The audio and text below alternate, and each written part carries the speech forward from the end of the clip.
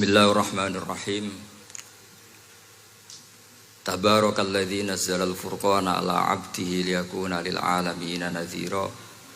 Allahumma shalli wa sallim ala sayyidina Maulana Muhammad wa ala alihi wasallim asma'in amma ba'du. Saya punya banyak tentang kearifan ya para ulama-ulama dulu. Di antaranya dulu saya sering diceritain bapak tapi gak paham, tapi setelah saya ngaji lama-lama paham. Beliau pernah didhawuhi Badullah gini, Nur, dhisik ana wong salat 2 rakaat, terus syukur akhirnya salat lagi sampai 4 rakaat. Saking syukurnya salat lagi sampai 6 rakaat. Seterusnya sampai 1000 salat. Kita tahu itu Sayyid Ali Zainal Abidin. Jadi dia menambahkan salat itu karena iskon lillah wa syauqan lillah, mahabbatan lillah. Bukan kayak kita, karena ingin salat 1000 rakaat dibagi sekian menit terus kenanya 2 jam. Jadi kayak kita tarawih lah 20 menit, 20 rakaat dibagi sekian kenanya 7 menit. Pentingnya apa? Meskipun kita tidak akan mengalami seperti itu, tapi kita menjadi tahu ketika Rasulullah SAW menghentikan wa qurratu aini fis shalah. Bahkan Nabi kalau banyak masalah itu Nabi yataraddad, mutaraddidan di dalamnya. Setelah mutaraddidan agak panik, Nabi tanya gini sama Aisyah, Aina Bilal, Aina Bilal. Bilal kemana, Bilal kemana? Setelah Bilal notok, tok tok tok tok, ya Rasulullah as-sholat. Arifna ya Bilal, arifna ya Bilal. Saya kasih istirahat ya Bilal, saya kasih istirahat. Karena roh dunya, roh politik, roh kebudayaan, roh dulur bulat kabeh. Sing ra bulat mok sitok hubungan ambek Allah Subhanahu wa taala. Maka disebut as-sholat rohatul mukmin. Apa yang terjadi? Ashabu Rasulillah ketika Sayyidina Umar ditusuk oleh Abu Lulu al-Majusi, tentu pakai kira-kira ya panah yang kayak pancing. Jadi kalau sudah dimasukkan kadu cabut itu sakitnya minta ampun. Apa kata Umar? Nanti cabut ketika saya sholat. Karena sekali sholat dan setelah itu dicabut nggak terasa. Ya, kalau sholat kita ada nyamuk ya sudah. Ini penting saya ceritakan sampai ada wali ditawarin Allah, silahkan masuk surga, tanya, ya Allah di surga ada sholat enggak? Kalau tidak ada sholat enggak lah katanya. Karena dia enggak bisa membayangkan nikmat tanpa sholat. Sehingga penting sekali kekaguman-kekaguman ini. Ketika Sayyidina Umar wafat, di antara yang pertama ditanyakan adalah yang bunuh saya siapa? Itu Hulamul Mughirah, Abu Lu'lu al-Majusi. Beliau spontan langsung ngendikan gini, Alhamdulillah alladzi ja'ala maniyati biyadi rajulin lam yasjud laka sajdatan tuhajuni biha yaumal qiyamah. Matur nuwun Gusti, saya dibunuh oleh orang yang enggak pernah sujud. Kalau saja dia pernah sujud, saya tidak berani maksudkan dia. Jangan-jangan sujud itu engkau terima kemudian dia min ahlil jannah. Kayak apa pentingnya kenangan sujud? Rasulullah juga pernah ngendikan nanti kalau dunia sudah ruwet, as-sajdatul wahidatu khairun minad dunya wa ma fiha. Satu sujud lebih baik ketimbang dunia seisinya. Karena itu kelayakan kita sebagai hamba. Makanya Abu Hasan Asadili ngendikan, sudahlah kafal amilina jazaan an radhiyakalaka ahlan. Sudah ditakdir ngamal sudah harus syukur. Kok mikir ditompo ta ora usah, gak penting. Itu madzhab Abu Hasan apa? Asyadili. Dan itu ditiru para kiai-kiai kita. Madzhab Said Abdul Haddad juga ditiru kiai-kiai kita. Sehingga sedekah Rasulullah ketika ngendikan al ulama warasatul anbiya. Ini penting saya utarakan karena khazanah kita biar tetap kaya. Makanya masyhur dalam Manaqibul Ghazali kita tahu Imam Ghazali itu orang yang luar biasa, pengarang Ihya. Saya punya banyak karangan beliau, Al-Arba'in Al-Usul. Tapi yang paling saya cintai tentu Ihya, kitab Mustasfa, kitab Qawaid Fikih itu Usulul Fikih. Manaqibul Ghazali adalah Rasulullah pernah jejer Nabi Musa. Terus Rasulullah ngendikan ulama ummati ka anbiya'i Bani Israel. Terus kata Nabi Musa, yang benar saja, masa ulama kok kapasitasnya kayak Nabi, apapun hebatnya itu nggak mungkin lah kapasitasnya kayak Nabi. Terus kata Rasulullah, ya sudah buktikan saja. Terus dipanggillah Imam Ghazali. Ketika dipanggil, ini katanya Ghazali katanya. Ditanya sama Nabi Musa, siapa namamu? Ana Muhammad bin Muhammad al-Ghazali at-Tusi asy-Syafi'i. Mau jawabnya panjang. Terus kata Nabi Musa, kecangkeman gitu, cara orang Jawa itu kecangkeman, ditakoki jeneng kok jawabnya kakean ya. Terus kata Imam Ghazali, ya lumayan saya.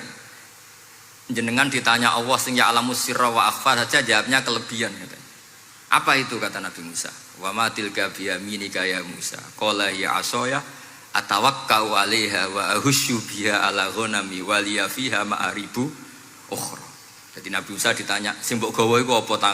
Ini tongkat saya, tak pakai ini, tak pakai ini, tak pakai ini. Jadi masih banyak kelebihan jenengan timbang saya. Akhirnya fa'aqarra Nabi Musa ini ikrar bahwa benar-benar ulama Rasulillah itu keambiyai Bani apa? Israel. Karena khazanah kecerdasan gini ini penting. Sehingga ketika ada kemacetan fikih, ada kejumudan fikih, tugas kita adalah memecahkan kejumudan itu. Misalnya begini, ini yang sering dilakukan Bapak saya dan Gus Ali. Kancanan wong fasik hukumnya piye? Ya ora oleh, wong kok kancanan wong fasik. Tapi kalau dibalik, bina wong fasik boleh ndak? Boleh. Syaratnya bina kudu ngancani. Jadi dibelokkan gitu aja sudah rubah. Hadza huwal fiqh. Yang dikatakan fikih ya seperti ini. Tapi orang-orang yang nggak ngerti detailnya fikih, apalagi usul fikih, fikih itu menjadi rumit. Makanya ahli sunnah itu luar biasa. Ada orang mati karena narkoba atau karena apa itu? Oplosan. Itu kiai cokre. Itu kiai alim biasa datang. Itu ya biasa mempersaksikan, nggih mayite sae nggih. Nggih. Padahal orang itu enggak percaya ini orang mati cokre kok apa? Sae. Padahal dia di kiainya bilang gini, wis sae saiki iso nakal katanya. Mas saya sudah mengakhiri semua kenakalannya lewat apa? Lewat kematian tadi. Karena itu doa Rasulullah. Rasulullah itu kalau ngedikan itu luar biasa. Allahumma ij'alil hayata ziyadatan li fi kulli khairin wal mauta rohatan li min kulli syarrin. Ya Allah, jadikan hidup ini ziyadatan li fi kulli khairin. Jadi anggap saja kalau hidup itu berarti potensi tambah baik. Anggap saja kalau mati itu akhir dari segala keburukan. Berarti orang cukri ini mati itu baik apa buruk? Baik, karena dia sudah tidak bisa buruk lagi. Makanya saya. Nah ini khazanah yang luar biasa. Karena tadi kematian adalah ar-rohah min kulli apa? Syarrin. Nah ini sesi kedua, mungkin ini tinggal seperempat jam atau setengah jam. Saya ini karena biasa ngomong lama. Saya mau menerangkan kalimat tauhid. Ini penting sekali. Kalimat tauhid itu kata Ibnul Qayyim Al-Jauziyah dalam kitab Zadul Ma'ad. Ini kitab kesayangan Sayyid Abdul Al-Haddad. Sampai beliau ngendikan, ya letani minha iddata nusakhin li uhdiyaha ila tullab. Semoga saya punya naskah banyak yang mau saya hadiahkan ke santri-santri. Saking pentingnya kitab apa Zadul Qayyim. Itu beliau mengartikan la ilaha illallah itu luar biasa.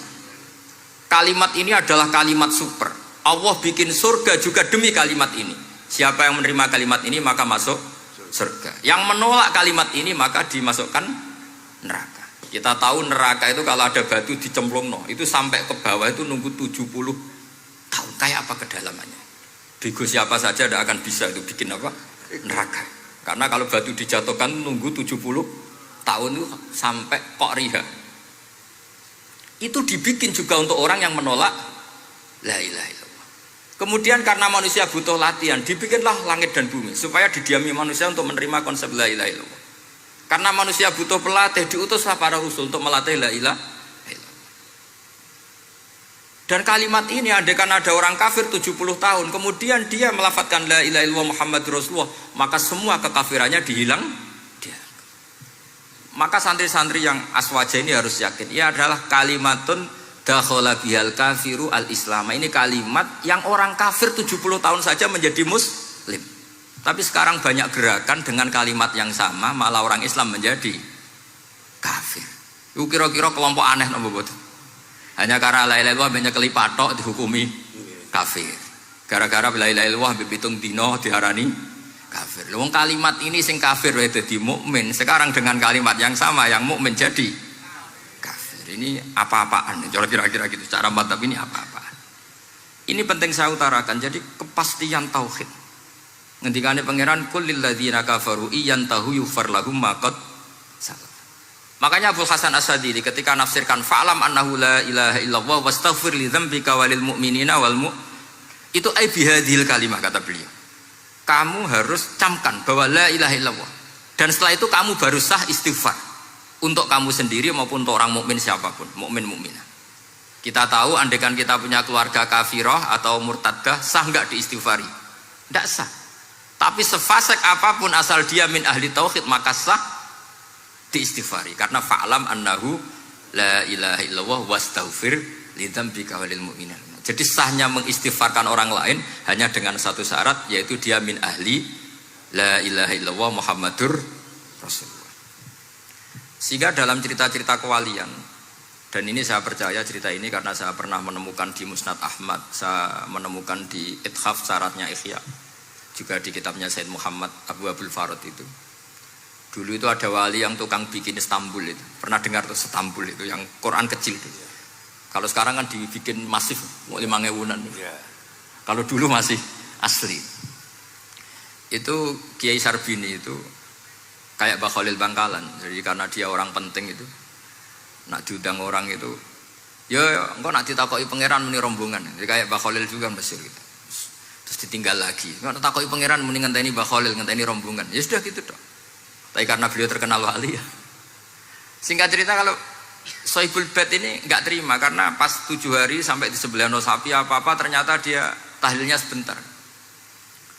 Terus kata beliau, ya sudah semua makanan itu ditimbang pakai pohon kelapa. Yang satu kosongin katanya. Kifatul mizan yang satu atau kafatain mizan yang satu dikosongin. Beliau datang yang bikin Istanbul tadi. Bilang bis itu sudah jam 4 katanya.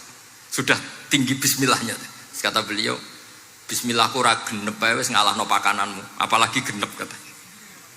Ini penting saya utarakan nanti di cerita yang di kitab Musnad Ahmad. Ini perlu dicamkan. Saya hafalkan hadis itu. Inna wa ta'ala istakhlasa rajulan min ummati ala ru'usil khalaik. Setelah dipertontonkan, fayan suruh alaihi tis'an wa tis'ina sijillan. Kullu sijillin minha maddul basar. Jadi ketika dipertontonkan itu ada satu box, yang satu boxnya itu sudah sepanjang mata melihat. Sudah satu boxnya saja itu mislumat dil basar, sepandang mata melihat. Apalagi di 99. Terus Allah itu fair, Allah tanya, afalaka uzurun, apa kamu melakukan kesalahan banyak ini punya alasan? Enggak katanya. Adzolamat kata badi al-hafidun, apa memang malaikat itu sentimen sehingga salah kamu tok yang ditulis, kalau kamu nggak salah nggak ditulis? Ndak ya Allah. Terus kata Allah, bala innalaka inti hasanah, kamu masih punya satu kebaikan. Ketika Allah bilang kamu punya satu kebaikan, apa kata lelaki tadi? Nah, gunanya apa ya Allah satu kebaikan dibanding kesalahan yang sebanyak itu? Akhirnya kesalahan yang sebanyak itu ditimbang, si timbang satunya itu hanya la ilaha illallah Muhammadur Rasulullah. Fato syat as-sijilat, semua catatan salah tadi kalah. Kenapa? Fala yaskulu ma'asmillahi ta'ala syai'un, karena di dunia maupun akhirat tidak ada yang bisa mengalahkan kalimah thayyibah. Tapi sekarang kalimah thayyibah itu jadi tersangka. Nah ini makanya saya mohon santri-santri, hujjiyatu ahli sunnah wal jamaah ini harus mustaqirrah, harus sabitah, harus benar-benar berargumentatif. Sehingga kita tahu setahu-tahunya bahwa kalimat ini adalah kalimat yang orang kafir saja menjadi muslim. Masa dengan kalimat yang sama orang mukmin menjadi kafir? Ini penting saya utarakan karena kita harus terus belajar. Caranya gimana? Ya diantaranya tadi belajar kitab Ihya, beberapa kitab. Sehingga khilaf-khilaf fikhiyah, meskipun kita tidak bidangnya misalnya, itu tetap punya kualitas yang luar biasa. Saya sampai sekarang menerima sorogan kitab Mahalli. Itu di situ ada perdebatan unik. Boleh enggak misalnya jenazah itu diletakkan di belakangnya yang sholat? Kata kaul awal enggak boleh. Di mana-mana jenazah itu ya di depannya orang apa? Sholat. Tapi kata kaul sani, ya boleh saja jenazah itu enggak imam katanya. Iya. Sehingga pentingnya kaul sani adalah kalau Anda di Arab Saudi itu jenazah-jenazah tetap di kamar mayat, kemudian yang sholat ya di depan jenazah. Karena kalau dipaksakan di depan berarti jenazahnya di dekat apa? Ka'bah. Kayak apa kreditnya Mekah. Nah meskipun kita tidak melakukan itu karena nanti dianggap aliran apa? Sesat. Ada jenazah kok di belakang kita sholat apa? Di depan. Tapi ini ilmu harus kita dengar. Begitu juga khilafnya kaul qadim dan kaul jadid. Menurut kaul jadid, yang namanya sujud itu harus 7 anggota. Karena kata Rasulullah SAW, umirtu an asjuda ala sab'ati a'zumin al-jabhah wal yaden wal rubbaten wal kodamen. Berarti al-jabhah 1, yaden 2, kodamen rubbaten 2, kodamen 2. Sehingga kalau kiai-kiai fanatik fikih ku nak anak-anak sujud ngongkrong dipetel-petel dong. Mergo supaya 7 anggota. Tapi kata Imam Syafi'i dalam kaul qadim, kata beliau wayah tamilu, mungkin saja sujud itu cukup pakai jabhah. Karena dalam doa Nabi itu hanya sajadalaka wajhi wa sam'i wa basori. Tidak ada Nabi dongo sajadalaka wajhi wa yadi wa rubbati wa qadami. Jadi kecerdasan ulama-ulama dulu itu luar biasa. Sehingga kalau kita baca pembanding-pembanding itu, lama-lama kita menjadi cerdas. Ini yang terakhir saya cerita tentang Imam Ghazali. Dulu banyak orang yang bermadzhab pentingnya uzlah. Sehingga banyak ulama yang uzlah. Alasannya kumpul wong serepot tok. Paling gak ngerasani wong lah. Minimal dosanya ngerasani wong. Singkat cerita banyak ulama yang uzlah. Kemudian umat ini dipimpin aliran-aliran sesat. Terus ulama yang uzlah-uzlah itu diparani sama ulama yang sudah jadi wali. Ya akalatal hasis, karena dia di hutan sehingga makannya hanya rerumputan. Tarattum ummata Muhammadin sallallahu alaihi wasallam fi aidil mubtadi'ah. Betul uzlah itu baik, tapi membiarkan umatnya Nabi dipimpin orang-orang yang sesat. Makanya kita terima kasih sekali Gus Ali ada di antara kita, membimbing kita, membina kita. Jangan terus dunia wis rusak tinggal nawa tidak bisa. Ini ummatur Rasulillah. Ummatun marhumah, ummatun mahfudhah, ummatun mar'iyah. Insyaallah apapun kondisinya kita tunggoni, baik dalam skala negara, masyarakat maupun kultural. Saya kira demikian. Wassalamualaikum.